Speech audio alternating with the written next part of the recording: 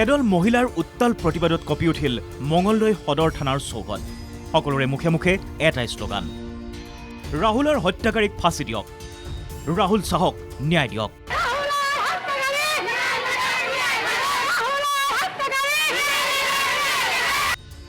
বছৰৰ প্ৰথম দিনটোতে মঙলদৈৰ নিকটৱৰ্তী গেৰিমাৰী কৃষ্ণনগৰত হাবিৰ মাজত গছত ওলমি থকা অৱস্থাত উদ্ধাৰ হৈছিল ৰাহুল চাহৰ মৃতদেহ। ৰাহুলৰ মৃতদেহ প্ৰত্যক্ষ কৰি লগে লগে স্থানীয় ৰাইজে খবৰ দিয়ে মঙলদৈ আৰক্ষীক। ঘটনাস্থলীত উপস্থিত হয় আৰক্ষী, উপস্থিত হয় পৰিয়ালবৰ্গ, আৰু তাৰ পাছৰ পৰিৱেশ এয়া।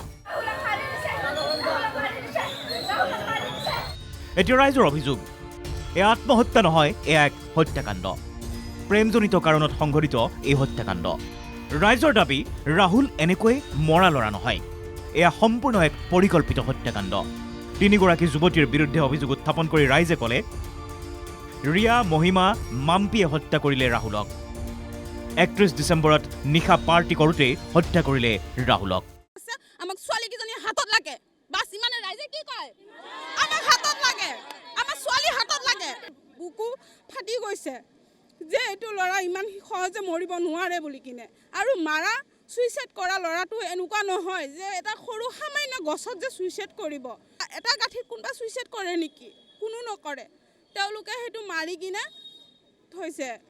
আমাৰ ছোৱালীৰ ওপৰত সন্দেহ হয়, যি তিনিটা ছোৱালীৰ ওপৰতে সন্দেহ হয়। ৰিয়া, মহিমা, মাম্পী, এই তিনিটাৰ ওপৰতে আমাৰ সন্দেহ হয়। ৰাহুলৰ মৃত্যুৰ 4 দিন উকলি যোৱাৰ পাছতো আৰক্ষীৰ তদন্তৰ অগ্ৰগতি নোহোৱাৰ অভিযোগত আজি এইদৰে উত্তেজিত মহিলাই সাব্যস্ত কৰে প্ৰতিবাদ। হাতে হাতে প্লে কাৰ্ড লৈ থানা ঘেৰাও কৰে উত্তেজিত মহিলাই। প্ৰতিবাদস্থলীতে আনকি কান্দি কান্দি ন্যায় বিচাৰিলে ৰাহুলৰ দুৰ্ভগীয়া মাতৃয়ে।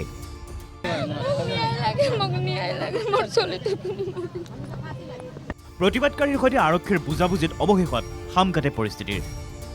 আৰক্ষীৰ আশ্বাস, শীঘ্ৰে ন্যায় পাব ৰাহুলৰ পৰিয়ালে। এতিয়া আৰক্ষীৰ উচিত তদন্ততহে পোহৰলৈ আহিব ঘটনাৰ আচল ৰহস্য।